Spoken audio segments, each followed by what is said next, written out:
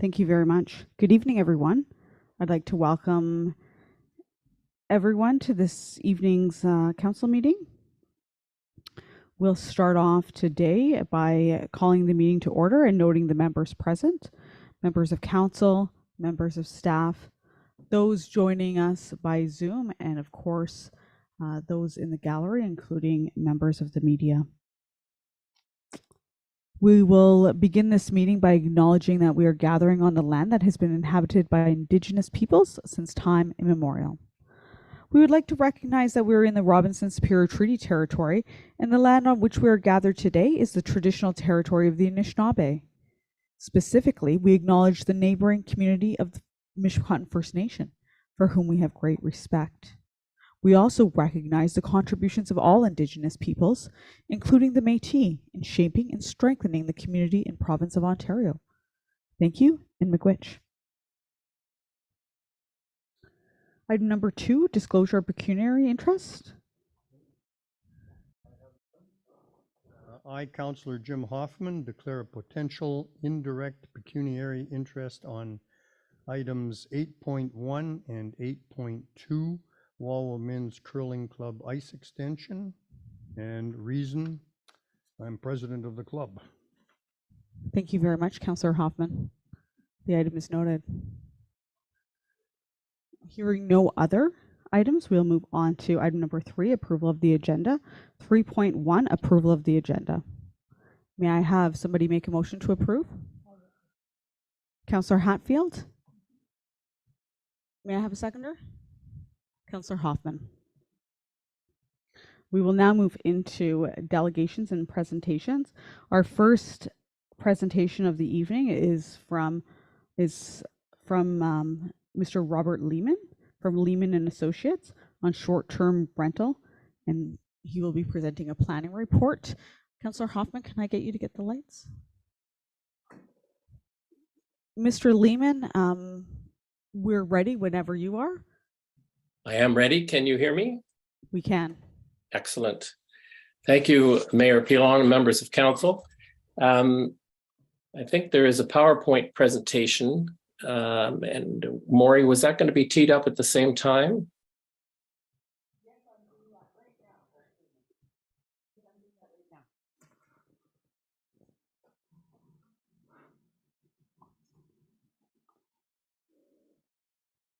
Thank you. And maybe I'll just tell you when to turn the page so you could go to the second page. That would be great. But how come I can't go? There we go. It's coming.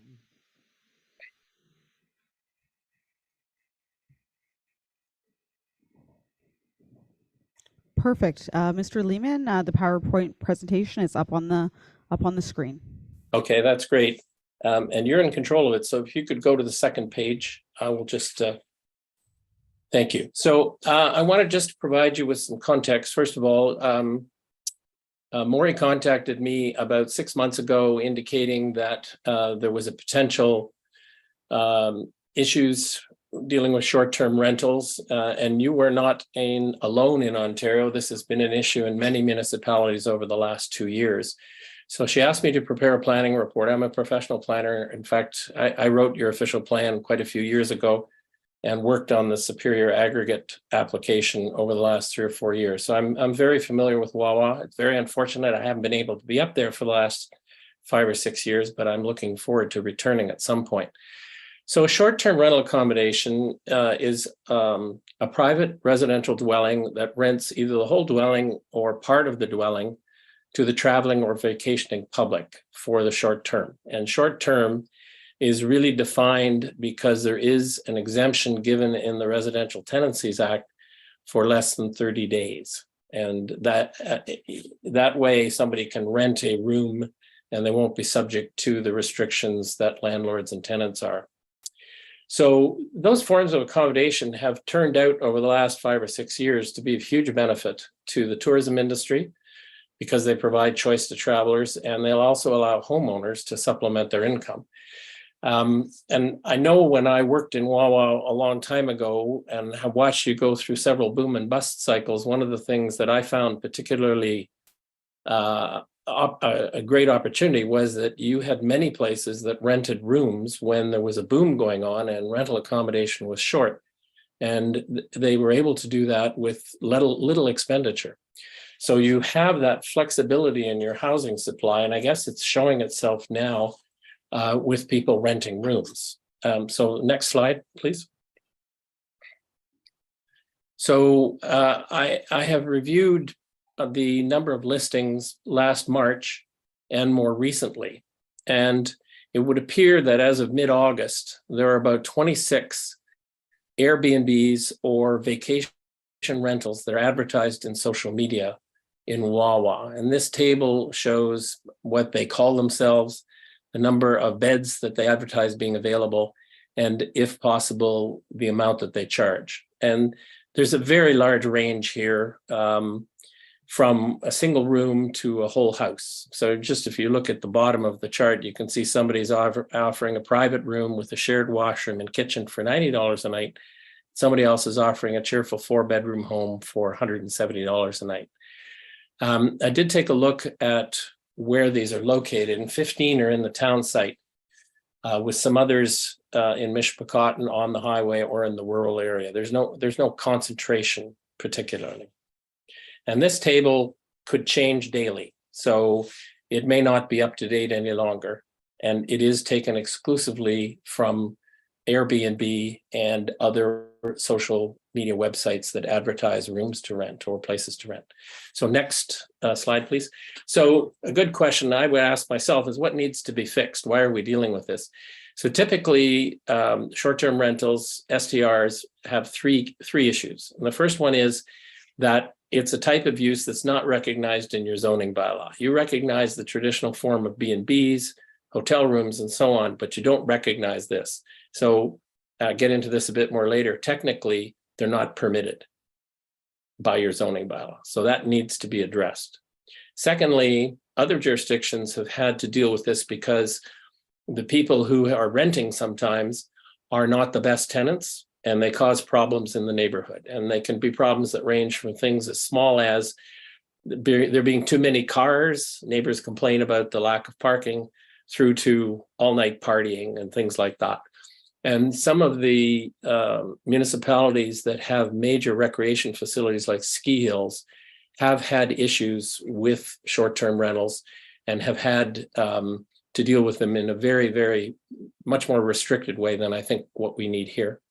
And then the third issue is they are a commercial use. There's a transaction that provides accommodation, and there are, with hotel rooms, it's highly regulated, and there are health and safety requirements that must be met for commercial accommodation.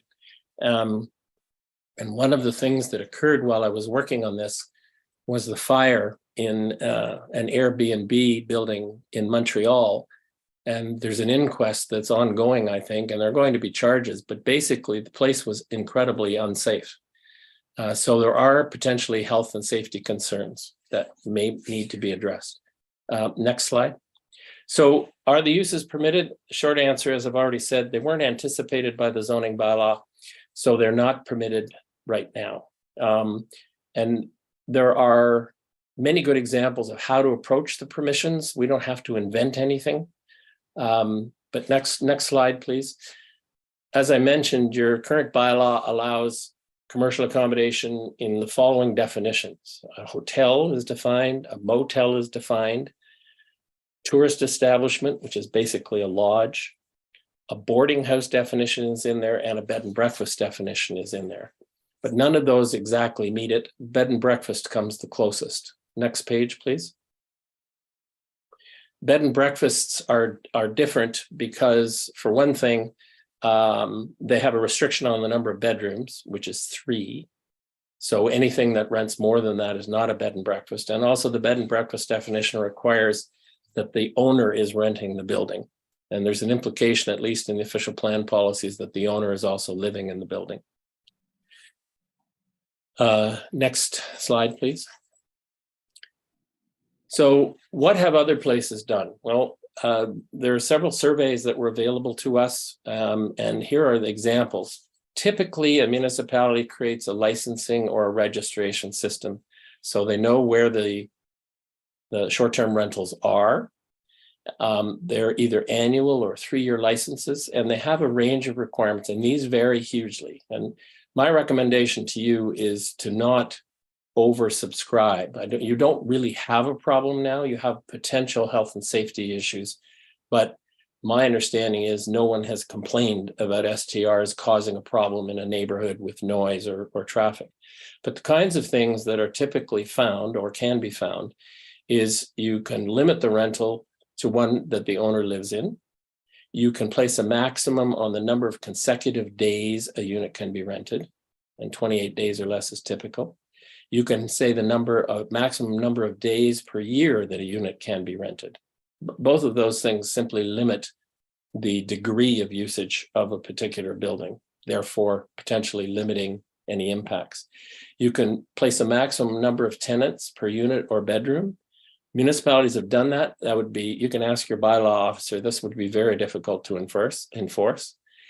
You can put a maximum on the number of bedrooms that can be rented, as you've done with your B&Bs already. Many of them require commercial general liability insurance, and in some cases they ask for the municipality to be indemnified as well. I'm not recommending that. That goes down a road that's very, very difficult because some places can't get insurance. You can require an electrical safety inspection. You can require inspection by the municipality, and you can charge fees, such as a water and sewer inspection. So all of these are sort of a long list of things that can potentially be done. And next slide, please. So the scope of the issue in WAWA, as I said, is not large. So the township of Tiny in Simcoe County, which isn't that tiny, it's a typical township size, but it has a lot of waterfront cottages, either near or on Georgian Bay, and it has over 300 STRs. And in fact, what they did was they said that we're going to license them, and we're not going to license more than 300. So the first 300 that get a license, they're okay, and the rest are out of luck and they can't operate. They needed to limit the amount.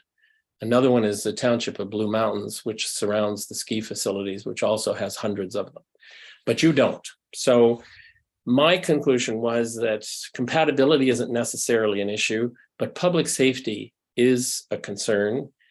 As a tenant is renting a dwelling through a commercial transaction in the municipality, and there are some basic safety issues. So I chatted with your fire chief, and he's advised that if you did go to a licensing system that was similar to that currently applying to other forms of commercial accommodation, such as a hotel, that under the fire code, he would check the following things for compliance. So just walking through what we're talking about doing is asking or requiring through your licensing bylaw that each one of these operations apply for a license, pay a fee, and we can talk about that in a minute, and that a condition of getting the license would be an inspection by the municipality, and they would make sure that there was a smoke alarm in each bedroom or sleeping area.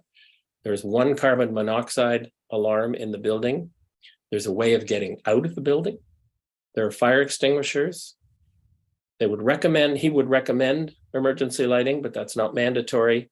And then because there's so many different situations, there are certain requirements for the size of a room and windows and doors in dealing with the building code. So I'm not making a joke here, but this basically means that somebody should not be renting a closet as a bedroom. So next slide. So the options that you have through licensing, you can recoup your costs, the municipal costs, through a fee. Other municipalities charge from as little as $200 to as much as $2,500. It's not that difficult to charge a fee that covers your costs. You can work that out in advance and make it a standardized fee. Licensing would make sure that the STRs also meet the zoning requirements, because you're going to have to make a decision about where they're allowed. I think where I would go with that is wherever you allow B&Bs, you should probably think those are the zones and the locations where you would allow short-term rentals. And that's most of the residential areas, quite frankly. So the licensing would make sure that zoning requirements are met. The municipality would know where the uses are, would know who the owners are, and that they meet basically health and safety requirements. And one thing I don't think you do, but provincial legislation allows you to charge customers of accommodation establishments such as hotels and B&Bs and STRs a 4% accommodation tax. And that fund can be used to pay for licensing costs, for example, if you need it. That was legislation that was brought in a few years ago. Quite a few municipalities do apply that. And remember here, somebody's staying at the Wawa Inn and they're paying $200 a night. That would be an $8 charge on top of that, which would come to the municipality. It doesn't cost the hotel owner anything. Next slide, thanks. So I think you need to recognize in both the official plan and the zoning bylaw that these are uses that are permitted. You need to say where they're permitted. And right now, in all of your residential areas, both in the town site and the village residential, you permit bed and breakfast establishments and single detached dwellings. And then you have policies that I've simply listed here. They are permitted in those dwellings, provided it's the principal residence of the owner, it preserves the character, and it's licensed. And you'll note it says in your official plan that these must be licensed. So we're really following a path that was followed before. Now, B&Bs are also permitted in downtown and rural. We can get into that when we deal with the site-specific amendment for the STR. Next slide, please. So what changes would be appropriate? It's really just two things. You have to define a short-term rental. And I've listed here, it would be a dwelling unit or part of a dwelling unit that provides temporary accommodation for not more than 30 days. You can change that number. Doesn't include a hotel, motel, or bed and breakfast establishment. And then I think part of that is you would amend the B&B definition slightly to match up with that. So yeah, to make sure it's not an STR. So you're just adding basically to the B&B. It doesn't include a group home, tourist establishment. Short-term rental is the addition or hotel. So I do have a specific recommendation that you do an amendment to your official plan and zoning bylaw. You should do this anyway, because otherwise you have really an illegal or not intentionally illegal, but you have a new form of use that needs to be identified. So that is the first recommendation. And then next slide. So in summary, the two recommendations are amend the OP and zoning bylaw to define and permit short-term rentals. And then secondly, you have a licensing bylaw, it's 104296. You can amend it to require that bed and breakfasts and short-term rental accommodation get a business license. And I'm sweeping the B&B into this because they're so similar. I think that the same regulations would apply. And I in discussions with your CAO, I know the licensing bylaw hasn't been used a lot, and sometimes it's only responded to people who asked for a license. But this would make this a little more formal. So I think that short-term rentals are a good form of tourist accommodation. You have 26 of them, half are B&Bs. You need to change the OP and zoning bylaw to recognize it. Because they're a form of commercial accommodation, you probably need to have municipal oversight for public safety purposes. And you can do that easily through a licensing system that's simple and only has the requirements as I've outlined here. And I think that you can recoup those costs. And I don't think the costs would be that substantial. So that's the report, that's the summary. And I'm certainly happy to engage in a discussion or answer questions. Thank you very much, Mr. Lehman. I really appreciate your report. Is there any questions from council?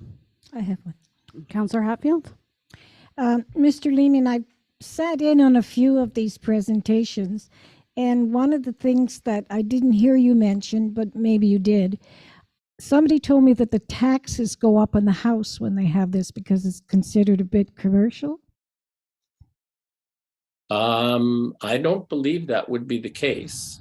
The taxes would only go up if MPAC, the Municipal Assessment Corporation, decided that you were more commercial than residential, but I don't know the answer to that, and I'm guessing. So that is a good question to find out. So I think really the question would be if they're licensed and that licensing information goes to the assessment corporation, how would they treat that? So I can find out the answer to that. I don't know what it is. Thank you. Is there any questions, comments? Councillor Cannon? You say about licensing, so who is going to monitor this? And is this all put on our bylaw officer?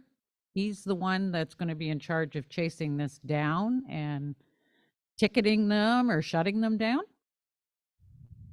Well, who the staff member is not something I can answer, but I can tell you that generally the way it works is the municipality, if they pass the licensing bylaw or add STRs to it, notifies the STRs, because you know where they are, and tells them that they need to get a license by a certain date, and getting the license will cost this much and involves an inspection.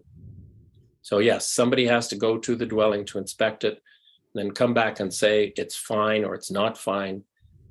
So yeah, there's a staff function involved. So there is a cost, absolutely. But as I indicated in the presentation, one, I don't think it's a great deal for the owners. And two, I think it's something you can recoup. Thank you. Are there any other questions or comments? Councillor Hoffman, do you have a comment? I'm just wondering about liability. If we don't do anything and if a place burned down or whatever, would we be liable?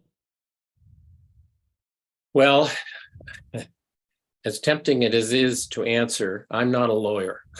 So I think that, and this is the major issue that I've wrestled with, which is the municipality has a responsibility to deal with health and safety issues, particularly with commercial accommodation.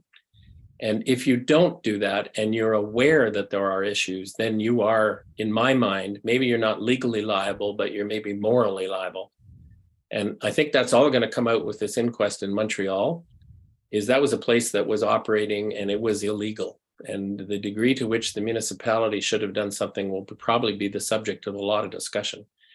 But I've chatted with the CAO about this issue, because there are some jurisdictions that think that if you start licensing them and then something happens, then you really are liable, as opposed to ignoring the issue.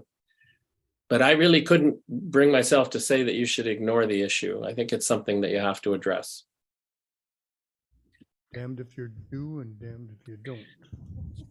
It's like many things in government. Thank you very much, Mr. Lehman. As always, I always have a few comments. Last year at Roma, this was STRs were a very popular topic, and a whole conference was, or they dedicated a whole topic to this issue, and I attended with great interest, and I attended a presentation by the community of Tiny. So very, very interesting. And I do understand that this is definitely an issue that municipalities should generally address, for sure. I noted in your presentation that you said STRs in Wawa haven't really resulted in any problems being reported, and for sure that's absolutely true. However, are you able to provide comment on the idea that short-term rentals are exasperating the housing crisis by utilizing housing units that could be offered to local citizens, and that housing stock is generally being used and offered to non-residents of Wawa? Because that's definitely a concern for me as our housing crisis worsens and worsens. And while we only have 26 houses being offered for short-term rentals, we definitely know that 26 kind of mushroomed over the last couple of years, and we don't expect that trend to slow down anytime soon. So again, my question is, are you able to provide advice on whether or not council should investigate implementing a cap or a ceiling on the number of allowable short-term rental units we don't want to see a great percentage of our housing stock being used for short-term rental units. Yeah, I would agree with you about that. Although I suspect that half of these are just renting rooms. And I don't know if that really would get in the way of providing permanent rental accommodation, but some of them are. But here's another way of looking at it that I would also argue maybe is worth a discussion. And that is that all of these units that are being rented are taking away from people renting hotel or motel rooms. And I don't know if that is as great an issue or not, but right now, I think the number that you have is very small. And I could see if this started to mushroom, then that would be an issue. And you may want to put a cap on the number that are licensed. I wouldn't cut out anything that you have now, but because I don't think it's large enough or big enough in scope to worry about, but it could become that way. I would agree. Okay, so something to consider for long-term planning. I think, Maury, the last bylaw amendment was done many, many years ago. So if we were going to do long-term planning, we might want to consider that. Okay, that was really my main question. So thank you very much for your presentation. It doesn't look like we have any other questions or comments. So my last question will be for Maury. We'll accept Mr. Lehman's presentation. Is there any action that you need from council tonight? On tonight's agendas is nothing else other than the presentation. I would like council to review the presentation, and at the next council meeting on the corporate agenda, I will further support the recommendations of the planner and ask council to confirm that it would like to, number one, move forward with making amendments to the zoning bylaw and official plan policies to basically allow for short-term accommodations, taking in the comments tonight around is there a cap and the other questions asked. So we'll make a recommendation on November 7th about moving forward. And then second to that would be amending the business licensing bylaw, as Mr. Lehman's pointed out, to add bed and breakfast and short-term accommodations to the business bylaw. So nothing else tonight, just some time for council to think about it. And I'll add this back to the corporate meeting on November 7th so we can seek council's direction to move forward. Perfect. Thank you very much. Thank you very much again, Mr. Lehman. Have a wonderful evening. Thank you.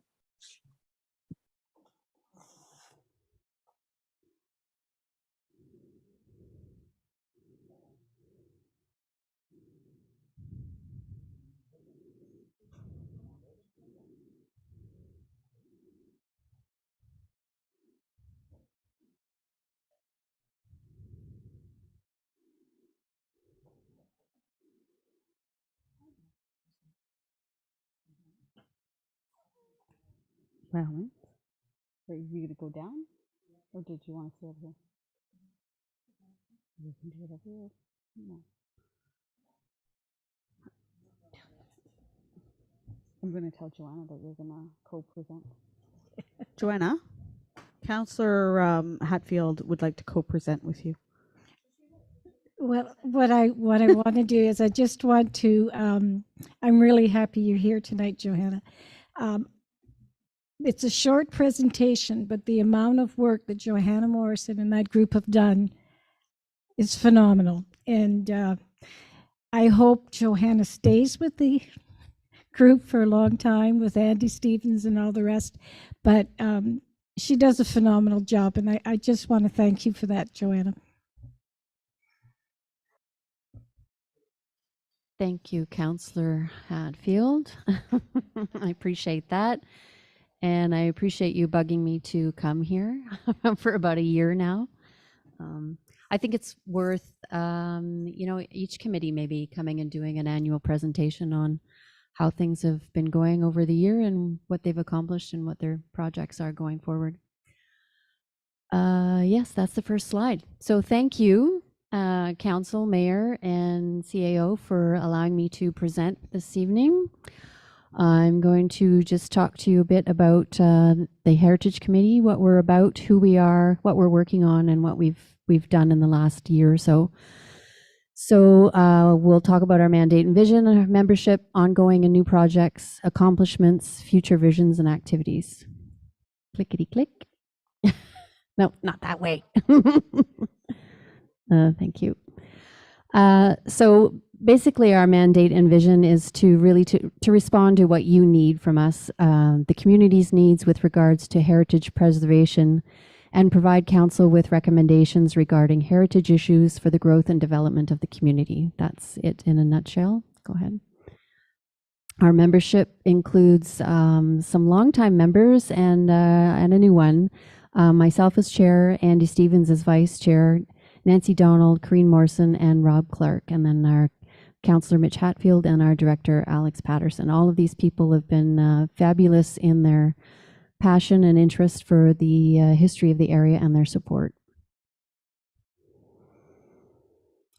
Some of the projects that we've completed recently were, and some folks here were involved with that, was the University of Toronto approached us. We helped them coordinate interviewing longtime residents, and basically they were just asking us to tell our stories, and they taped us speaking, reviewing why we live in Wawa, some of our unique stories from this area, and how we speak. They also actually offered and took a bunch of original taped interviews that we've had over the years of people that are no longer with us, and they're including it in their archives. They're going to digitize it all and include it in their report.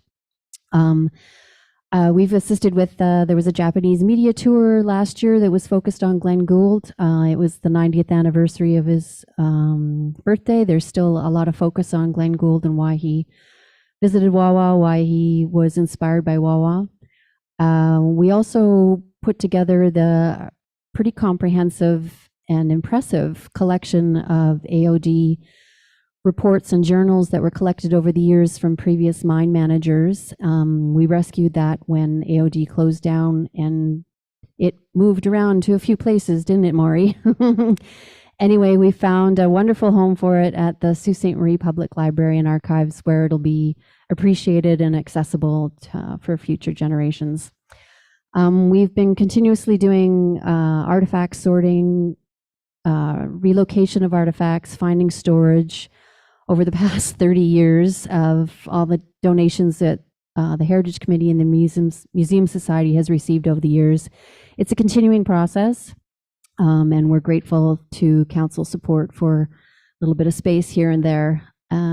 We assist the Tourist Information Center every year with their heritage display, because the TIC staff know that the tourists are always interested in the history of the communities that they visit, and that certainly happens at the Wawa Tourist Information Center. So every year we help out with that.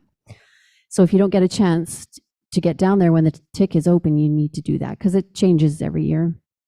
We supported AOD and Andy with their celebration of the 25th anniversary of the closing last year.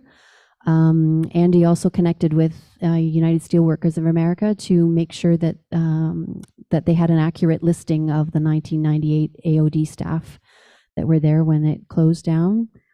We assisted Alex and his staff with the Wawa Visitor Guide and tourism information, and we were pleased with the outcomes of that project.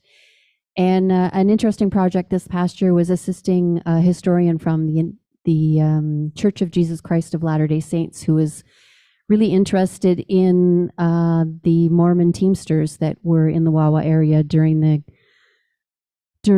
construction of the Canadian Pacific Railway in the 1880s, and they came up with some interesting tidbits of information that we didn't know before, and we provided them with information that they didn't know before. So it was a real sharing of information, and they've shared their report with us. Some other ongoing projects are trying to get the Mackenzie Bethune Cemetery recognized as a heritage designation through the Ontario Heritage Act. That's something that's ongoing, and we're making steps towards having it preserved with one of those big gold and blue historic sites and monuments branch plaque at some point. There's lots of different steps that need to be taken, though.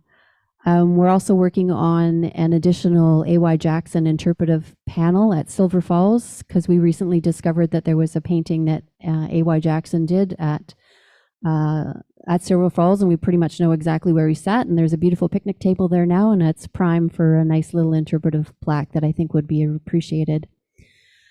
We've been working with Mishpachot First Nation and Evolution, helping them to acknowledge and identify different heritage values that have been discovered over the years from archaeologists that have visited the sites over the past 40, 50 years. And with erosion on the river and whatnot, we're just making sure that everybody is aware that there's stuff still there and how can we preserve and acknowledge that. We've also been working with Ontario Parks to remind them that they have some cemeteries within their boundaries. They're at Agawa Bay and Mishpachot and Post Provincial Park, and assisting them with identifying exactly where the cemeteries are and research that we've collected over the years to help them identify who might be in the cemeteries. And I don't know if people remember, but about 10 years ago, the Heritage Committee worked with the library closely. We received a really nice NOHFC grant that helped us to digitize and create a website that made a lot of photos and research reports and documents available to the public through a website hosted by the municipality and the library. But unfortunately, it was part of the collateral damage when the server was vandalized. So we're looking at revitalizing that resource. We also have more information that we want to be properly preserved and digitized and made accessible. Over the years, we've published a number of books that focused on the heritage of the history and the history of the area. So we're maintaining the book inventory and sales management for that, and we sell them at the Tick and different places like Young's General Store. We've also been trying to get the community to help us identify the different families that are associated with the Mishpachot River Cemetery. A lot of the headstones are disappearing, the crosses are rotting, and we just want to make sure that there's some sort of signage or public plaque or something that's there that would help the public identify which families are associated with that unique cemetery. And we're also noticing that we continue to inspire local artists and musicians with using Wawa's history as subject matter for their art and their songs and their stories, and that's something we're proud of. So some future vision and activities for us is continue to ensure that Wawa and Mishpachot's rich history is acknowledged, preserved, promoted, and made accessible.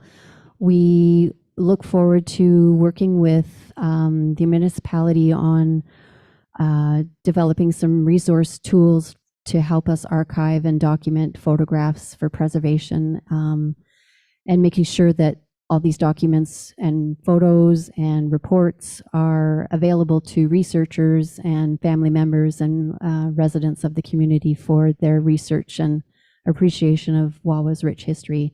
And we really encourage people to stay engaged with Wawa's history, and think about being a member of our committee, because we're always talking about interesting stuff, right, Mitch? Andy? Yeah. That doesn't necessarily get written in the minutes, but it's always good stuff.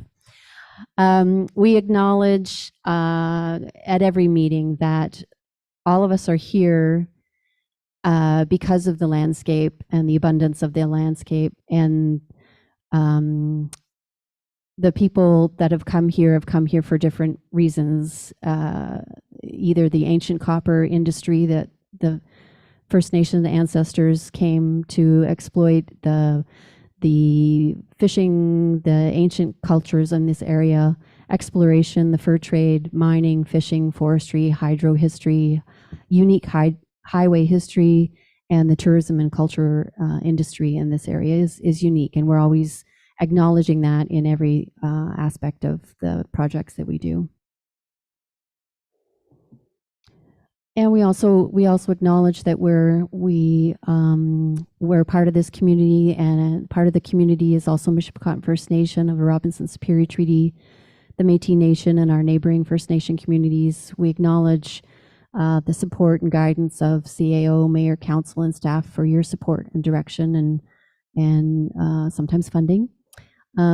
We acknowledge the longtime members for their input, guidance, wisdom, and support. We've lost some really passionate and key members over 30 years of been doing this, and like Eunice McMahon and Lori Johnson, of course, Howard Went, oh my gosh, Howard, Shirley Mills. They've all been such an asset to this group and laid a foundation to our committee.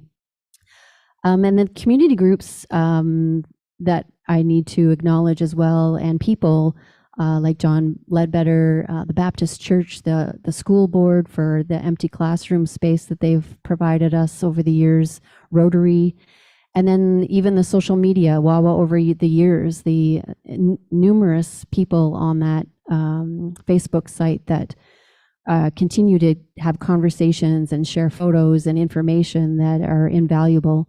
And people like George Burns, who was a past resident who just shut down his website that was operating for about 20 years. And he scanned and preserved so many photographs and stories over the years as well, too. And if it wasn't for them, these people are people that we use as resources all the time and are really a major part of the success of our committee. And then the non-resident researchers and Wawa history fans of people that have never lived here but are just fascinated by the richness and the layers that we have and all of the photos and material that they share with us. And that's it, yeah. And was there anything I missed, Mitch? Or? Just amazes me all the work we've done. Andy, did you have anything? No, I enjoy being on the committee. It's kind of one of those things you start with and you just get yourself buried in it. It's like a big hole because it leads you to something new and you're spending time trying to research it. There's stuff cropping up all the time. You don't know what you don't know, and then something lands on your lap and you're going down a rabbit hole. Any questions from the council? Thank Mayor? you very much, Joanna. Is there any questions or comments for Joanna? You'll join. You're welcome anytime, Jim. Your dad's stuff has come up a number of times. So, Joe, of course, I have comments. Always. First off, I'll just thank Councillor Hatfield for asking you to join tonight. Always exciting, and thank you very much for the work that you put into this committee. Your cemetery mapping project, I'm really looking forward to that being complete. I walk by the cemetery, probably not as often as I should, but when I was in Halifax last summer, they had fabulous cemetery mapping, which was really, really interesting in their historical cemeteries. And I thought this is a great project, so I'm really glad to see that it's on the radar. And definitely there's a huge audience, huge tourism contingency that does visit cemeteries. And there's lots of really interesting ideas. And they also have a cemetery in Mackinac Island that has something similar. So I've been to enough cemeteries to know that that's a thing. But and I always go and look for, how many Overtons are buried in this cemetery. Not but there's certainly lots of people out there who do that. So I'm really excited to hear that we're going to have the opportunity. So maybe there's some Overtons buried there as well. You never know. But thank you very much. Always something exciting going on in the Heritage Committee. So great service to our community. Thank you. You're welcome. Thank you. So we will provide you with the opportunity to exit the meeting now, but you're more than welcome to stay. You're welcome. Most people appreciate that opportunity. You do enough meetings, Joanna? We will move We will move on now to adoption of minutes, 5.1, Committee of the Whole, Tuesday, October 3rd. May I have somebody making a motion to approve? Councillor Hoffman, seconded by Councillor Cannon. All in favor? Carried. Business arising out of previous meeting, 6.1, Wawa Housing Action Plan, Councillor endorsed pledge. Maureen, I'll pass it over to you. Was provided with a report, even though the title was wrong. This is a report on the Wawa Housing Pledge. As council may recall, Mayor Pilo requested that council consider adopting a municipal housing pledge a few meetings back as a way of showing commitment by this council to take action to facilitate and support the development of new housing in the community. This follows the pledges that the Ontario government has required larger municipalities to make between the period 2023 to 2031, whereby they were mandated to set out housing targets and create housing pledges to help the province meet its target of building 1 million homes by 2031. Although small municipalities were exempted from having to set out housing pledges, the mayor and members of the EdTAC thought that it would be very proactive of this council to lead the way in showing that small rural northern communities not only are as important to the province to solve the housing crisis that happens, but we would be paving the way to show the province this municipality's commitment to the building of housing by undertaking a number of actions outlined in the housing pledge. It also would be very proactive of this council, as the province announced a few months ago, the funding that would be available called the Ontario Building Faster Fund, where Premier Ford allocated $1.2 billion to go to municipalities in Ontario to support the building of new homes. Now, of that fund, 400 million is committed over the period per year to municipalities, and 10% of that is being proposed to be allocated to small northern communities, and those communities not required to dedicate housing pledges. As of yet, the province hasn't really set out any regulations or rules or how this fund is going to be allocated. Right now, there are proposed negotiations going on with AMO, so the province can get input from AMO. There's supposed to be some future consultation meetings with small municipalities to see how the government will eventually share the money with small municipalities. So that as yet has not been determined. So again, the mayor does suggest that if this council passed a housing pledge and really set out a target that would be reasonable for the community to achieve with council's support and commitment, that we may be looked at the province of maybe achieving a bit greater share of funding, maybe getting a better voice at the government level. There could be a lot of benefits for us showing proactiveness. So in my report for council, I outline a pledge. In that pledge, I would just highlight that the pledge includes a new homes housing target for council.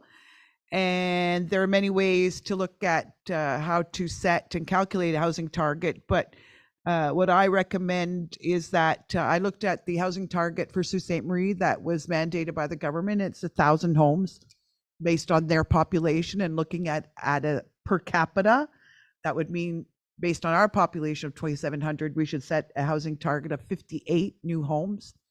And when I say homes, it doesn't mean necessarily new single family dwellings. It means any type of new residence that a person could live in. This target would be between now and 2031, and it's also reasonable given our historical data about the number of new dwelling units brought onto the market every year.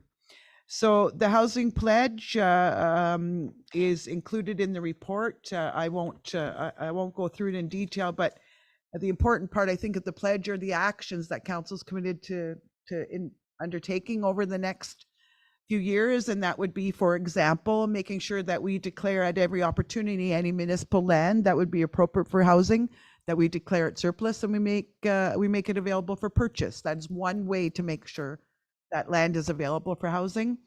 We will commit to building new infrastructure that supports new housing development. So as council may recall, we had the wastewater and water master plan presented to council and the public, and it had a number of recommendations about looking at and recommending areas in the community where council may be proactive and start to plan for new sewer and water infrastructure to support the building of new homes. So in this pledge, council's committing to look at those plans and implement and fund new infrastructure for housing.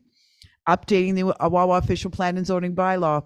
As Mr. Lehman pointed out, it is an old document and does need updating, and it's not really in line with the current provincial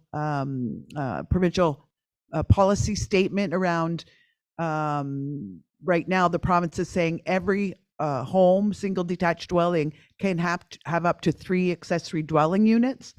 But our policies don't say that. So as Bob Lehman said, we need to catch up with the time. So that's a really important way that council can support and facilitate housing. Because right now, if people come in, we often have to say it's not complying with council's policies and their documents. So you have to move forward and go for rezoning applications or minor variance applications or other kinds of processes that would delay someone from coming in and being able to start building a new home the next day. So it's a way of making sure we are approving permits faster. And obviously working with and collaborating with Indigenous communities, Michwakot First Nation, the Algoma District Services Board. So partnerships and council committing to developing and furthering these partnerships, so we're all heading in the same direction as a goal and vision for the community, would be very helpful. So those are some of the actions within the housing pledge that we recommend council consider to demonstrate its commitment to housing being a high priority, as you've indicated in the strategic plan. So for tonight, we recommend as a staff that council adopt the Wawa Housing Pledge. We put this forward to the next regular meeting on November 7th for consideration. This would provide council time to review the housing pledge and provide any comment. We are already getting public comment around the housing action plan, the draft housing action plan that council reviewed and have received input. So this would be forwarded on November 7th as a package. We would forward the housing action plan with the housing pledge to council for consideration and adoption at the November 7th meeting. Thank you. Thank you very much, Maury. Is there any questions or comments from council on Maury's presentation? Maury, I'm seeing no questions or comments from council, but I'd like to thank you very much for your presentation. As I've previously made comments, I'm really in supportive of, I'm really, passionate about having the council make a bold statement with our housing pledge. So I'm looking forward to council coming to the November 7th meeting with comments or moving forward the housing pledge that was presented, and so we can really do some good work in the future and make it known to the federal and provincial government that Wawa is interested in building houses. So thank you. We will now move on to the monthly reports. We have received staff reports from the Finance Department, Protective Services, Infrastructure Services, and Community Services Department. So I will open the floor to members of council for any questions or comments to staff. Do we have any questions or comments to staff regarding staff reports? Yeah, I'm just trying to think. Councillor Hatfield? Alex, the report on the Marina committee that you did, I don't remember agreeing to a coin-operated shower. I would like to talk about that more because I'm not 100% sure about that. And the damage on the field at the arena, I happened to be there that morning. That was a mess. How did that contractor, like they had big holes there? That was from the rain. That's not going to happen more often, is it? So, maybe first question first. Okay. In terms of a potential washroom shower facility, all of that has to go back in front of council, and that's all subject to funding. So Yeah. the Marina Committee didn't make a formal recommendation on that. There was only one formal recommendation at that committee. Yeah. And that was to move the letter, which is at 8.3 in new business, forward to council. Okay. So that'll all be forthcoming as part of like the capital budget proceedings, and that's right now subject to funding based on the divestiture of the facility. Second question about how the contractor repaired the issues. So at the field, part of the contract was to remediate anything that they've done. Where they went on and off of the track, there was one section just at the edge of the curling rink. Is that what you're talking about? No, I'm talking about the 15 spots that I counted that had holes from the rain. Around the track? Yeah. What this was about? That was the next morning after that rain, and they were there fixing it.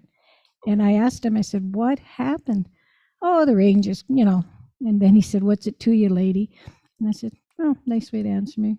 But anyway, I was really surprised at the holes, and we paid $130,000 to get that track built. Are they going to guarantee that that's always going to be okay now? So they had, we had a deficiency walkthrough, which was in September, and then they came and fixed the deficiencies, which I think is the day that you're talking about. Yep. So they went all around the edge of the track, did some cutting, did some patching. Really, it was a lot of like topsoil that was used to pack and Yeah, it was for that. Yeah, it was granular. As part of the contract, just like many of our contracts, it includes like a 1-year warranty period.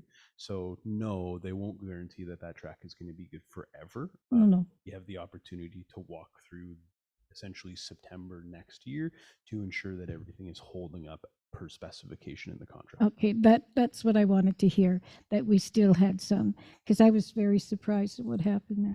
Thank you very much, Alex. Any other questions? Councillor Cannon? Well, I can't wait for your report on the new OPP detachment. I'm looking forward to seeing the numbers, the actual numbers that it's going to cost. And I had a question for Becca about the intake project, but I don't know if anybody.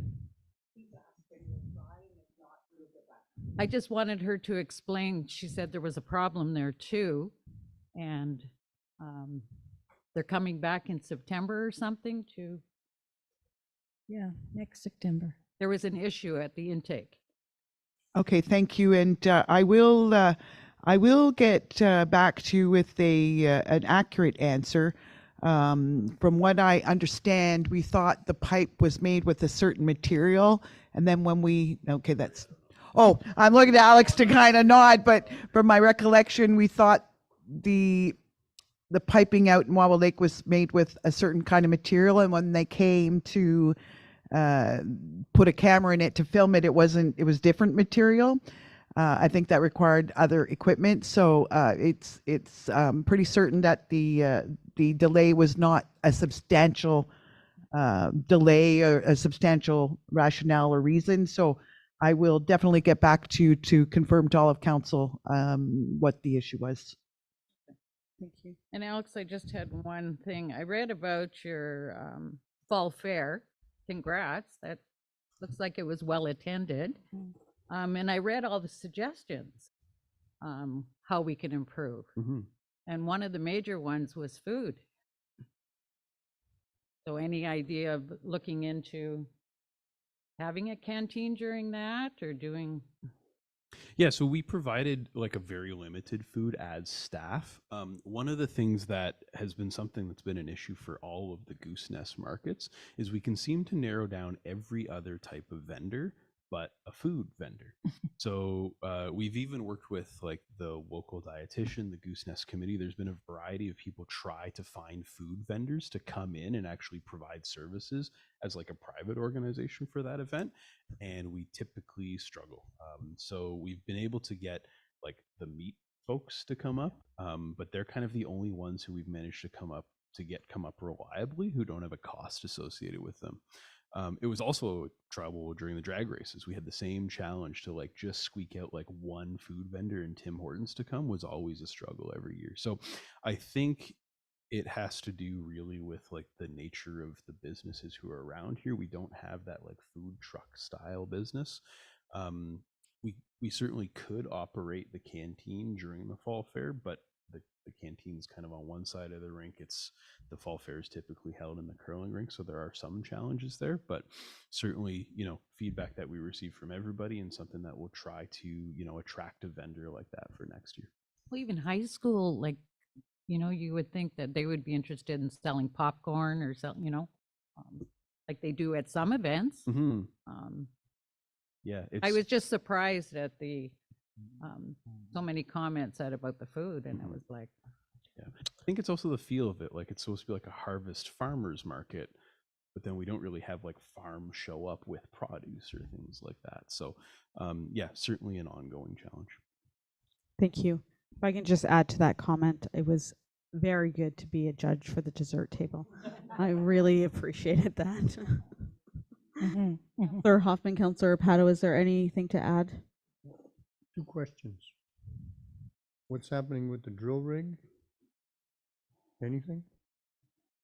So engineers slated to come up, take some final measurements for the final drawings. Then we take those final drawings and go to, I've got 2 local contractors interested in providing a quote with a pretty quick turnaround.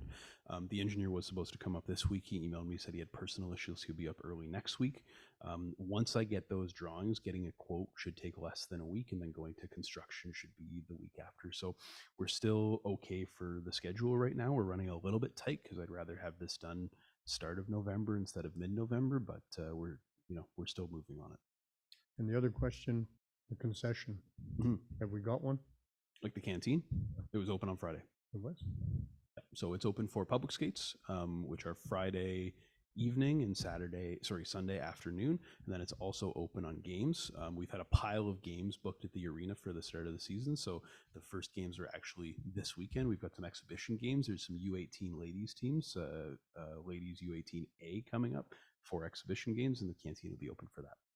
Oh, and then I see that we have Canadian Tire is donating public skating all winter. All winter, both public skates. So we've done a little bit for them as well. Maury wrote in an email to council, I believe, that we like to recognize them publicly in some way because we've never had anybody donate all public skates before. So that was something that was pretty special that we really appreciate Chris and the team at Canadian Tire coming through on. They're lucky we don't have public skating like we used to. We've had a huge turnout. We've had like 60 plus. So we've had to get both gate patrollers out every single time so far. We've had 4 of them, and every single time it's been like 50 to 60 plus. So it's been really, really good to see. And some folks that we don't see come out all the time, right? So it's a great, you know, hey, you know, we're able to provide some recreation for community members that don't always have the financial ability to come out to everything. Yeah, awesome. Thank you very much. Perfect. Okay, if there's no additional questions, we'll move on to item number 8, new business. Yes.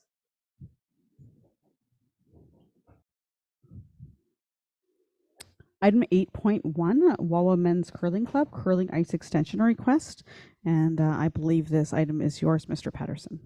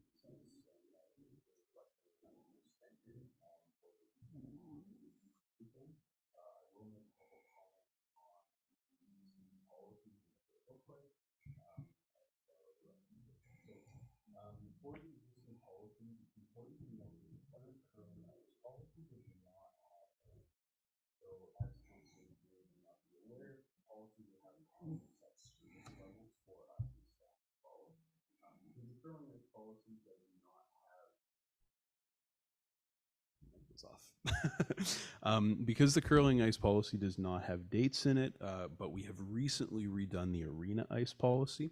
Past practice has been that those two ices are tied together at the end of the season with a little bit of flexibility, and that the most recent policy essentially has precedence. So we've identified that this year, because Easter is odd, the slated day for ice out this year, according to policy, would be March 25th, the Monday is when we're starting to remove ice. And that puts the date of the Bonspiel in question. Now, the policy is written as such that the date of ice removal is tied to the last combined Bonspiel / adult tournament in the year, which is typically the ladies' Bonspiel and the ice tournament, and then Easter provides the complication for this year. So as staff, we reviewed a couple things. You see a breakdown in estimated costs, and I say this every time, but I'm going to say it again. It's important to note that the estimated costs are based on a large spreadsheet that I maintain of estimates, so they are, my educated approach to it, but not a set in stone. It costs exactly this much, and it varies specifically due to things like the weather, which is difficult to predict. But we have a total cost for the additional 2 weeks of just the curling ice of about $12,000. I'd also like to note that we haven't yet received wet requests for the Tournament of Champions. Last year, the Tournament of Champions was held on the combined ladies Bonspiel and Old Timers. We received positive feedback from that. It was a very busy weekend, but that Tournament of Champions may or may not impact another request for ice in, but if we're looking at last year, will not. So fundamentally, it's not within policy for staff to say, yes, go ahead with this. Given the fact that it is a curling Bonspiel and the additional request is for 2 extra weeks of time that would not otherwise be booked, staff are not recommending that the additional time go through and that we work with the men's league to find an alternate date. Okay. Can I ask a question, and then we'll open it up to council? So I absolutely follow your logic. I think that's absolutely sound. But in this instance, because as Jim, I think it was Jim, it could have been Andy who penned the letter, the men's Bonspiel has been active for 70 years, I believe it was. I believe that in this instance, it's at least in my opinion, it's prudent for us to take into a number of other factors. The municipality certainly is here to provide a service to the community first and foremost, as much as I certainly most times, the majority of times stand on the business aspect of most decision-making processes. I am in absolutely 100% support of making an amendment to our policy to say this weekend has always been after Easter, whatever the date falls on, and this event should be allowable. As you mentioned last year, we certainly picked up other events to make the return on investment or our business case adjust and make it worth our while to keep the ice in.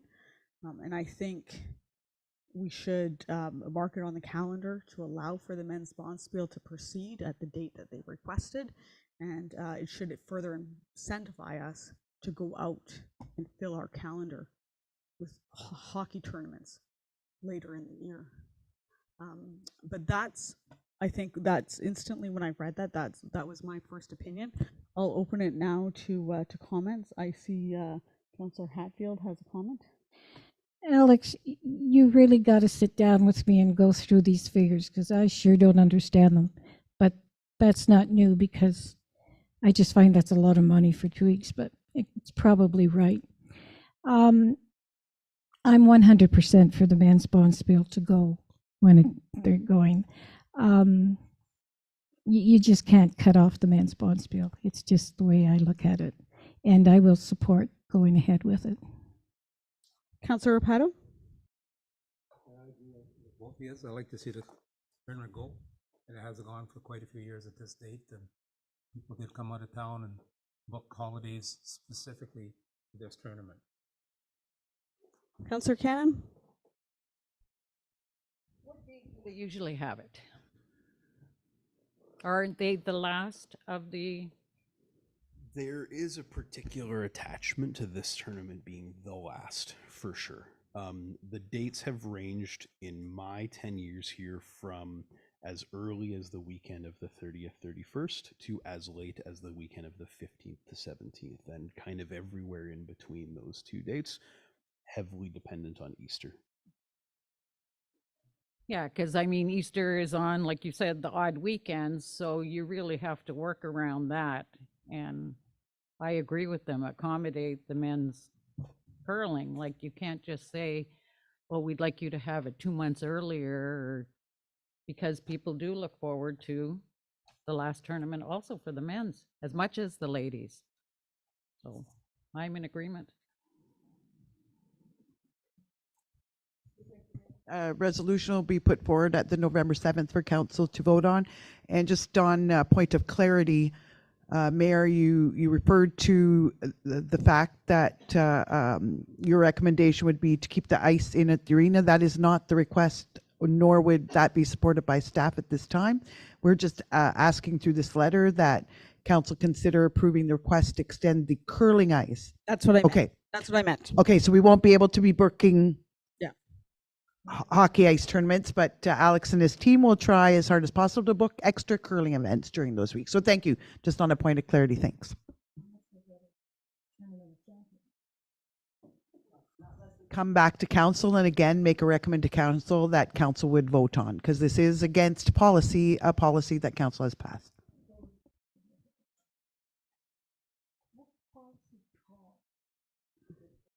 It's users policy, ice in, ice out. So I can share that with council for reference in an email. No problem.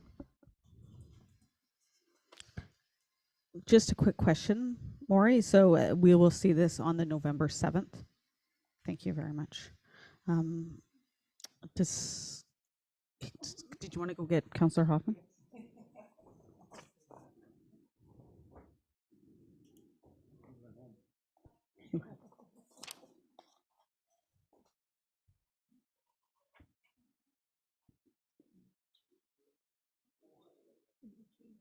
Oh, you're allowed to get water? Yeah, you can go. Yeah, we'll continue, but you can go. 8.3, Marina Committee recommendation to Councillor. Mr. Patterson, you're up. So, first one of these in my experience, but at a Marina Committee meeting, several committee members discussed the lack of channel markers in the channel. I did some research into it, and as is the story with everything, it goes way back, and there's been a variety of things that have happened over the last 3 to 5 decades. But the gist of what I came up with in my research is that the channel markers are a federal responsibility because the channel itself is considered by the federal government to be a navigable waterway. And on federal charts, federal buoys are listed. So it all points to the feds. Now, this has not been the case in the past. The federal government used to contract this service out to the operator. That stopped happening a while ago, like I'm talking about 10 to 15 years-ish. That contract hasn't existed in one way, shape, or form. The operator was generous enough to do it essentially on their own, as far as I can tell, for many years. And then once we changed the operating procedures at the marina, the operator has done so essentially for key dates, i.e. the Salmon Derby. The argument that I'm making in this letter is that it's a federal responsibility, and so the federal government should step up and do their job, whether that is to do it themselves or to contract a third party locally. However, these are important to navigation. The channel in the Mishpachatan is variable, and so it needs to be done and redone and checked by a competent person essentially every year. And as far as I'm concerned, that's a federal responsibility. So a letter from Alex Patterson, Director of Community Services, doesn't mean anything. A letter from the municipality of Wawa, signed by the mayor, council, recommended by the Marina Committee, means something. So I've taken the liberty of drafting something that I hope will be effective, addressing it directly to 2 federal ministers, because we have emailed the DFO's just like general email account and not even gotten an automatic response, never mind an actual response. So hopefully get some traction on this issue over the winter to solve it for next summer is the idea. Thank you very much, Alex. Are there any questions or comments from council? Councillor Cannon?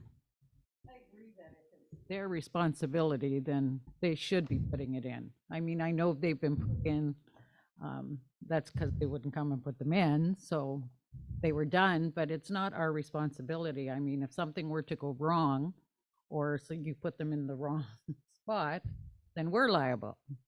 So I say, write the letter, yes. Any other questions or comments? Alex, I did have one question, and does the marina divestiture process impact this letter anyway? And is there any other parties that we should perhaps CC on this letter? Or So I don't think so. Okay. In trying to find out information for this, I got a spectacular runaround for about 6 months trying to figure out who was responsible. And I managed to find one person with some information who was retiring in 2 weeks who was fine to just give me the real story, I guess. The Department of Fisheries and Oceans is actually not responsible for something like this, but they are responsible for the divestiture. So I don't believe it will impact it in any way. I think it should go to the Department of Fisheries and Oceans as well, but fundamentally it's a Department of Transportation issue. okay. So we shouldn't inform any members that are involved in the divestiture just for information purposes? Okay. Yes. Okay. It would not hurt to CC, Mishpachot and First Perfect. on it, Annette Winter, our project officer, people like that. For Okay, sure, it great. wouldn't hurt. However, they're very separate properties, and like Councillor Cannon says, it's important to understand that the marina and the channel are 2 completely separate entities, and just because we're taking responsibility for one does not mean we are responsible for the other. Okay, great. So certainly, if you want to make sure that all appropriate parties are CC'd, I'm very happy to sign that letter and get that off. I assume no further direction was needed. Wonderful. We'll move on to item 8.4, Asset Management Plan Condition Assessments. Manuela?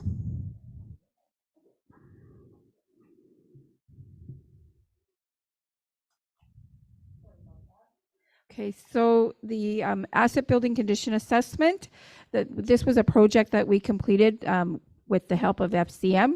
We received a grant of $50,000, and this was the outcome of the grant. So what this has done is, as regulated through the asset management regulations, we have a deadline of July 1st, 2024. So we are well ahead of that deadline. We use this money to update the asset management plan with building data, with data on buildings, including some of their components. So the company was called ABSI, Ascent Building Science, Inc. They went around to all our buildings, did an inspection, reported back to us. So what will happen with this information or this data, the role of this data, is that it will identify the condition the assets are in. Some of our assets are in, set guidelines about how we should be assessing our assets. It will be incorporated. There's a rating system that's incorporated into this, so it helps us to rate our assets where they're at, where we want them to go, identify criteria for assessment. The same data will further inform asset maintenance schedules and levels of service, inventory records, and assist with future budgets. So this report really is for information purposes only. It doesn't need to be adopted because it will be incorporated into the new asset management plan, which will be adopted next year. Okay, thank you very much, Manuela. I appreciate that. Are there any questions or comments from council? Just a quick question. So, Manuela, this asset management edition, or whatever you want to call it, it can give us all that information about the water and the sewer and everything? Our asset management plan? Yeah, like Yeah, so this report that you received is not the asset management plan. It's just a small component of it. So Yep. the asset management plan lists all of our assets, including our water and sewer assets, and it's hundreds of pages Yeah. long. So this here that you just gave, So it's a strategy about how we will assess our assets going forward. So, and we built this, what we did was we went and did a building condition assessment, and based on the results of that exercise, we developed this strategy. okay, are they all inspected, the buildings? Is that what you're Yes, saying? and I have all of the reports, and there was a brief summary on the last page. What we did was just took a representative sample of some of our bigger buildings. So for example, 96 Broadway, and there's more work to be done than just in the next 4 years. So, but what I did was limited to 4 years because our budget is 4 years. But there is work beyond that that I have that I can certainly share with council in the future. I would really like to understand that more in the future. I can bring it to council in a report, or if somebody want it, I mean, you guys, a little training session on it, however you want to proceed. maybe I can go see you. Seems like everybody else understands it. No? Yeah, I'd like to understand it more, if that's okay. Absolutely. Okay. We'll look at scheduling some kind of training session in the future, for sure. Manuela, I did have a question about the condition assessment. So you noted that the FCM funding went to July 2024? No? No, sorry. The strategy went to? No, our obligation to update our plan is July 1st, 2024. Okay. So there's a deadline date of July 2024 to update our plan to include a condition assessment strategy. So this is the strategy for assessing our assets. Okay, perfect. Thank you very much for that Thank you. clarification. Is there any other questions or comments regarding the implementation strategy? Hearing none, we will move on to the 8.5 2024-2025 capital budget recommendation.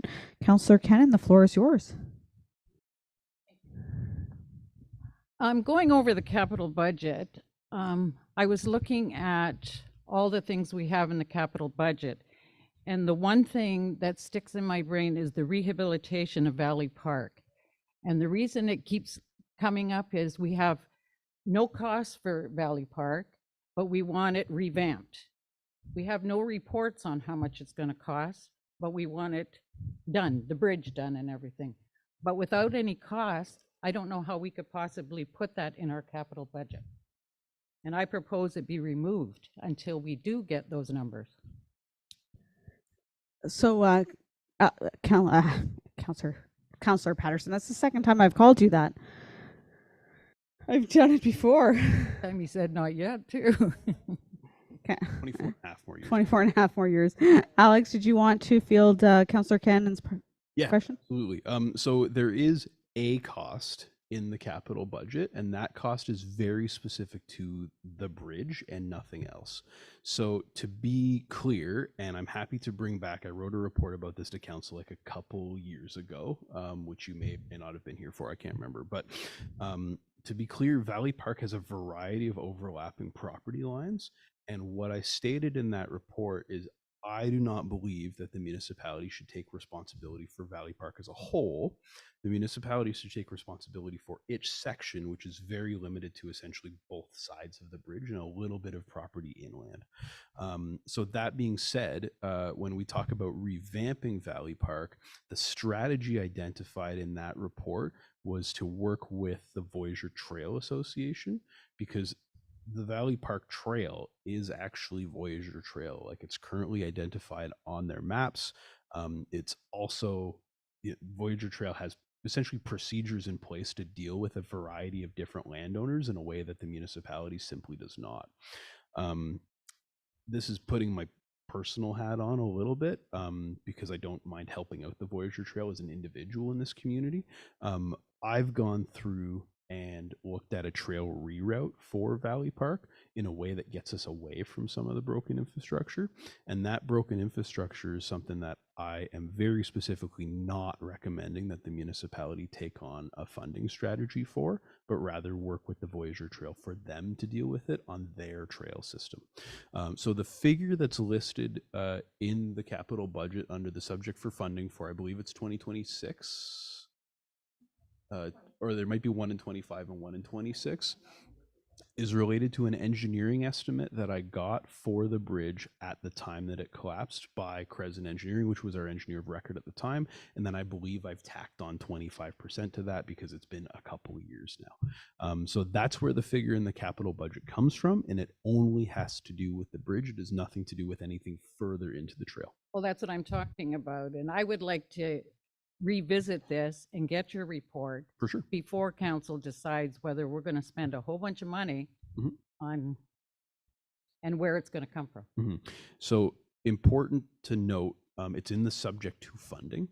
So essentially no money will be spent by council until I find funding to bring to council to say, okay, you know, here's a fulsome report that says we've gotten X, we've gotten Y, we've gotten Z. Do you now approve or not approve for us to move forward with this?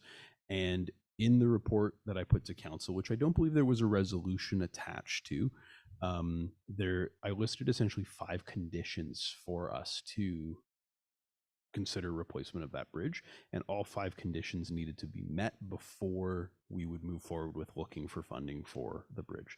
So if you're interested, I'm happy to bring that report back to council. I would like to see that report. Okay. Honestly, we can do it on the next meeting because I can just put a memo on top of that report with some short updates of now versus then, and then we can certainly discuss that further. Alex, and I think that's a really great idea. It's certainly to answer Councillor Cannon's questions, but if I recall correctly, and I believe I was on council at the time, I believe Andy Stevens came and made a presentation on behalf of the Voyageur Trail Association, accompanied by the members of the Valley Park, or Friends of Valley Park. So I believe Laura Mitchell and Nancy Donald also accompanied, because there was a great community support to help identify primarily the land permitting issues that were associated with Valley Park. And again, correct me if I'm wrong, but I think the primary issue for the municipality at the time was somewhat solving the liability issue associated with residents crossing the Wawa Creek without a proper bridge in place. And since we know that they're crossing it, if something were to happen, there's potential liabilities associated with that. So we do have a vested interest in ensuring that that bridge is safe and secure. But we have to decide whether it's worth investing in or whether it's worth closing it. I mean, For sure. council as a whole has to decide that. Absolutely. Absolutely, for sure. So I think that was I'm just refreshing the conversation that we had at the previous council table, and I think that's why we had Andy and other folks come and participate in those conversations. But I think it's a great idea to refresh the conversation. Councillor Hatfield, do you have a question? Comment, because we're so used to going on that trail from before, I'm scared if you put the bridge in, I mean, people are going to take the old route to the lake like they always did. It's horrible. Nobody should be on that. And that's what scares me. I just don't know if people are going to say, well, you put the bridge in, I worry about the liability. I really do. That's why I think we should look into it more before going forward. Perfect. So it looks like we'll definitely try to find a date to have that discussed.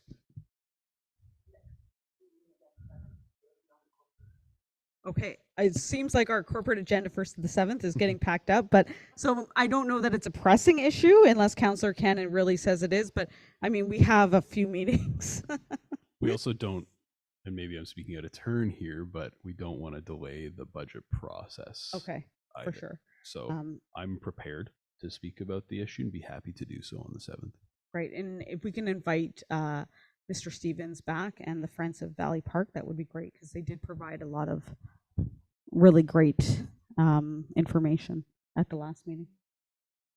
So, okay, so I think, where are we here? 8.6, Northeast Superior Mayor's Group, review of all insurance policy, insurance letter to Wawa Council. Moria, I'll pass the floor to you. Mayor, I received this by email, and unfortunately, I believe, unless you had some background, I didn't attend the last meeting, so I was a little surprised at the request and that it had your signature. So maybe there's something you want to add, but the Northeast Superior Mayor's Group is asking all municipalities to come to the town councils to hire an independent consultant to review all the insurance policies within each community. The cost would be shared equally, and the Mayor's Group asked us to bring this to council. Our comments as a staff at this time are, we don't know what this would cost, so I can't recommend to council approving at this time without knowing what the cost would be. And then I'm going to turn it to Manuela to make a few comments just about our own insurance policy, so you have a little more background on that. Thank you. So I'm fairly diligent about our own policy because insurance is a big ticket item for our budget. So last year our broker went to market and came back with some different quotes for us. 2 weeks ago, I spoke to a broker for from a different insurance provider that we went with a few years ago, but haven't really been quoted on since then. So he's also going to be providing a quote for 2024. And of course, I'll be going back to our current provider, see what they can do. Our insurance doesn't expire until March. We haven't received those big 30% impacts like some of the other municipalities. Ours has been staying pretty constant at around 10%. So. Thank you very much, Manuela. I do have to admit that I also didn't attend the last mayor's meeting, and I did put a call into 2 of the other mayors. However, I didn't receive a response back, so I would like to request that we table this item, perhaps not till November 7th, because we might not be able to go home that day, but I would like to table this until I can provide further information. So with that said, we will move on to 8.7, the CAO memo for the Community Improvement Plan. Mayor, and I'm providing an update as Municipal Council and the community move forward with you'll often hear the acronym CIP, which is our Downtown Community Improvement Plan. It is a planning tool that councils are allowed to use to essentially give bonuses and financial incentives to businesses and individuals in a defined area that council would consider as in need of help. So this particular study called the Downtown Community Improvement Plan, I've talked about before, and council has approved to move forward, but it was a project that did receive government funding through the Ontario Agriculture Rural Economic Development Fund. So we've had to move quickly. We did an RFP and we awarded the contract to the consulting group called WSP. Again, I've informed council of this, and on tonight's regular, the actual contract between the two parties, municipality and WSP, is on the agenda. But at a previous council meeting, council did pass a resolution approving the hiring so we could move forward. So since then, we've been moving very quickly, and I'm sharing with council their proposed work schedule just for information. On Tuesday, October 24th, next Tuesday, a visioning workshop as a focus group meeting is being scheduled for downstairs in this building, with invites being sent to approximately 20 people. But we wanted to make sure we also extend that invitation, and you received an email inviting you to participate in the visioning session. If the majority of council is going to attend the focus group workshop, staff needs to know, and we need to know within the next day, because then we have to pivot and hold a special council meeting. So it won't change basically that it's just going to be a focus group meeting. But if 3 members of council plan to attend, it has to be held as a council meeting. What that means is we'll need a chair of the meeting, some resolutions to open the meeting, and it will be open to the public. So I'm asking if council could tonight indicate if it wanted to attend, or at least let me know by the end of the day tomorrow, because council has procedures and policies that we have to provide notice of special meetings. So something for council to think about if they wanted to attend the visioning workshop. There's also a walking tour, and we invite council and the EdTech committee members to walk along with the consultants that are coming from one end of Broadway to the other. So anyone that wants to join us to share any information as we walk, whether it be an historical context to the building of downtown or economic, social, anyone's welcome to join us at 10 a.m. beginning near the hospital and have a walk through with the consultants down Broadway Avenue. I'm going to suggest that maybe if council is interested, only 2 members of council, because it's just too hard to organize a council meeting. So exhibiting all our due diligence, a maximum of 2 councillors. There's also going to be a whole series of public engagement activities, from business surveys, community surveys, project communications. We're developing a web page. We're looking at holding a booth at the Goose Nest Winter Market. There'll be a whole host of project communications that will happen all the way through from October to March, with a completion date of March 24th. So I just wanted to bring council a quick update and share the work plan. So council was up to date on activities to bring that plan to fruition. Thank you. Thank you very much, Maury. Unless council has their calendars out, perhaps we'll just we'll ask, as Maury suggested, to provide comment by tomorrow, end of business day, whether or not you're planning to attend either the downtown CIP visioning workshop or the walking tour.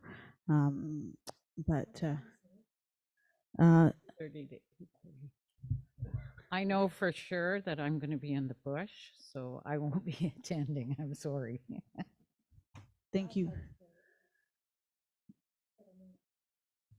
Councillor Hatfield, do you have any comments, and will you please use your microphone? Sorry. I'm very interested in just listening, to what they're doing, but I'm not sure about the walk at 10 o'clock in the morning. I do have commitments in the morning, but I'd be interested in going to the 6:30 workshop if there's room. And I mean, if Jim and Joe want to go, or the mayor wants to go, that's fine. I've gone to a few of their meetings, but it's whatever you guys decide. Okay. So that's great. And just for council's information, I will also not be able to attend the events. So Jim or Councillor Hoffman and Councillor Opato, please feel free to, no pressure to make a decision tonight. You can let Maury know tomorrow. Councillor Hoffman, did you want to use your microphone, please? Okay, for all councillors? Oh, no, only 2? Because I'll do the walkathon. Councillor Opato, there's now pressure on. Everybody else has. Perfect. Okay. Thank you very much. So we're now closing up new business, and we will now move on to item number 11, next meeting date, seeing as there is no in-camera session nor business arising from closed session. So the next meeting date will be Tuesday, November 7th, 2023. We will adjourn this meeting at 8:08 p.m. All in favor? Oh, should I get somebody to make a motion to? I just skipped that part. Councillor Opato, seconded by Councillor Hoffman. All in favor? Carried. Great work, everyone. We will now move on to our regular council meeting agenda.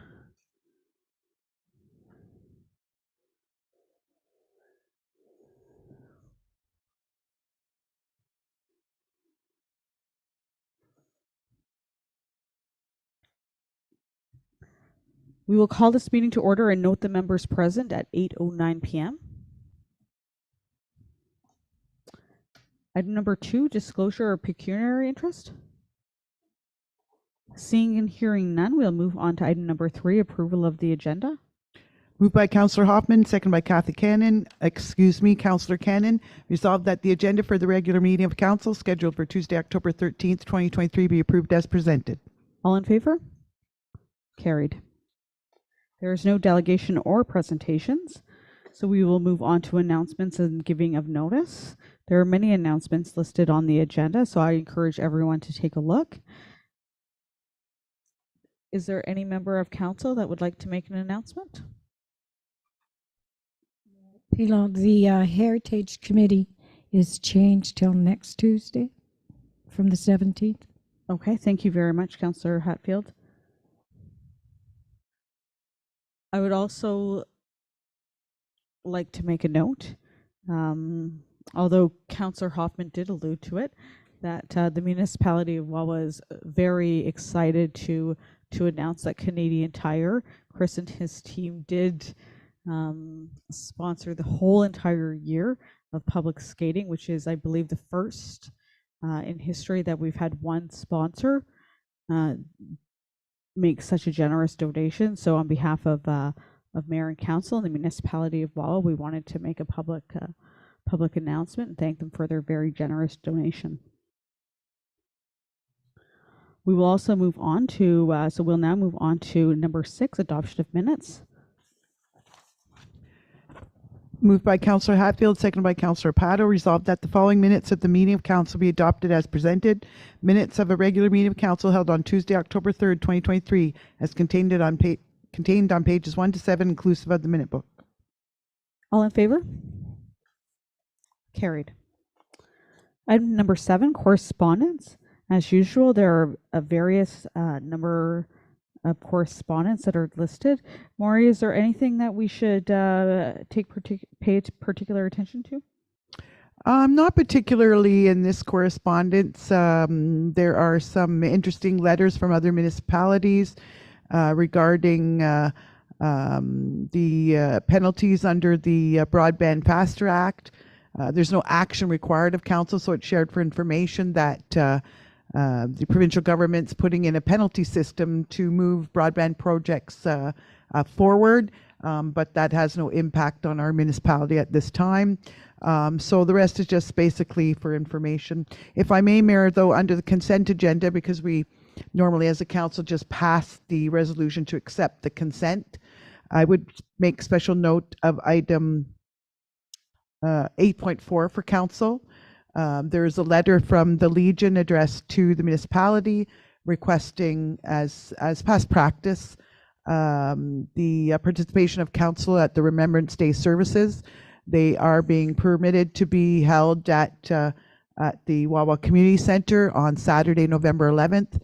Our staff, basically our director, is going to work to keep the facility open because it is a declared holiday in our contract. But he will work and his staff volunteer to keep the facility open for this service.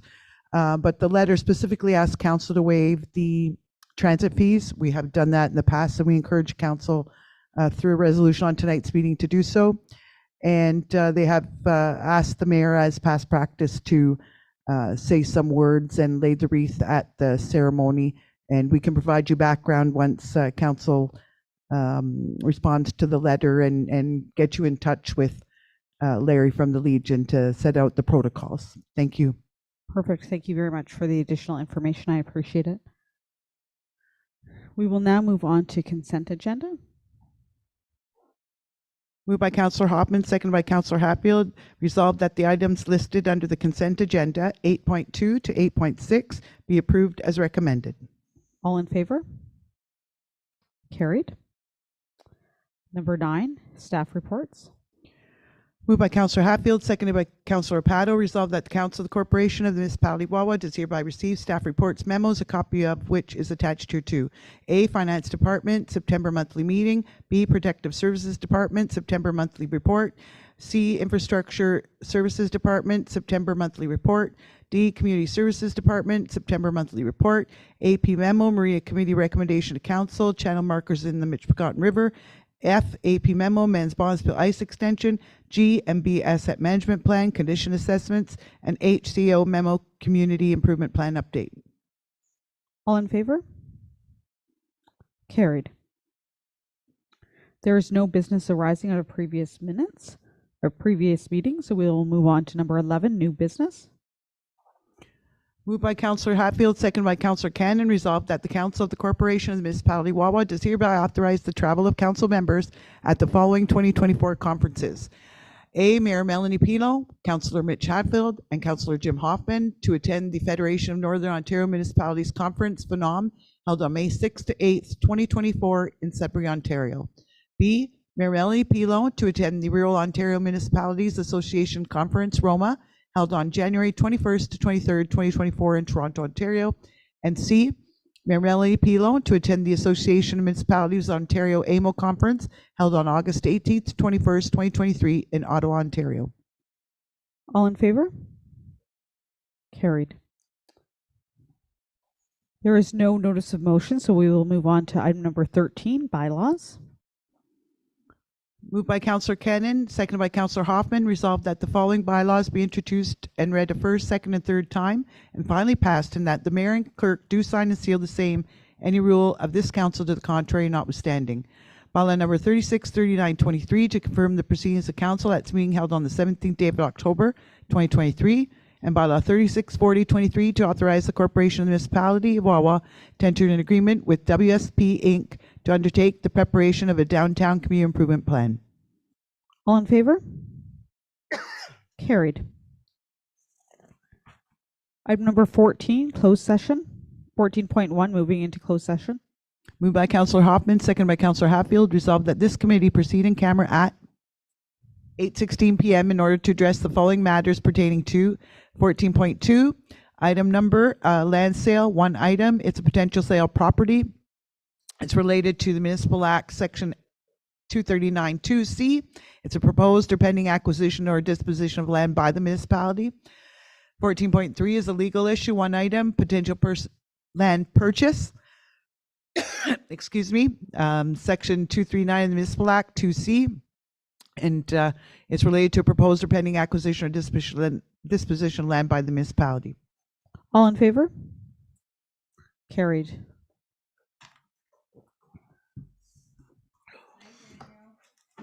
Please give us a moment to He knows the drill. to move into closed session. Yeah, please lock when you leave. No, I'm just joking. Thank you for coming, staying awake. How was the drive today? Good? Yeah, of course, eh? Yeah, of course. Not sure, but I need to see in the morning. I don't think I have any meeting at 9, but could you look for him about 5 after, 10 after? Could you come up? Nothing critical. Just 9? Could you come in the morning to see me? Yeah, just want to talk. I'm not tonight. Don't lose sleep over. It's nothing. Right? It's not anything. It's not related to fire either, if that helps. Hey? Oh.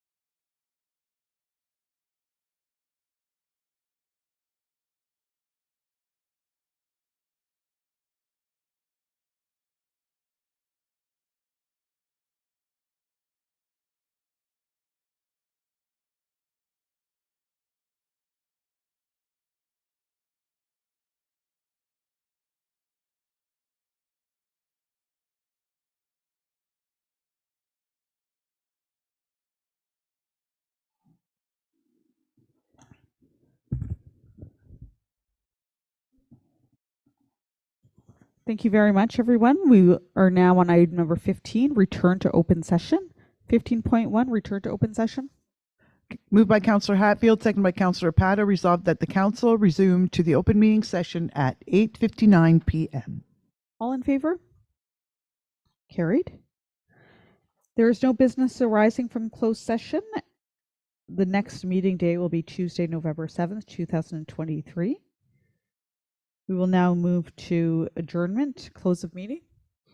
Moved by Councillor Pato, second by Councillor Hatfield, resolved that the meeting close at 9 p.m.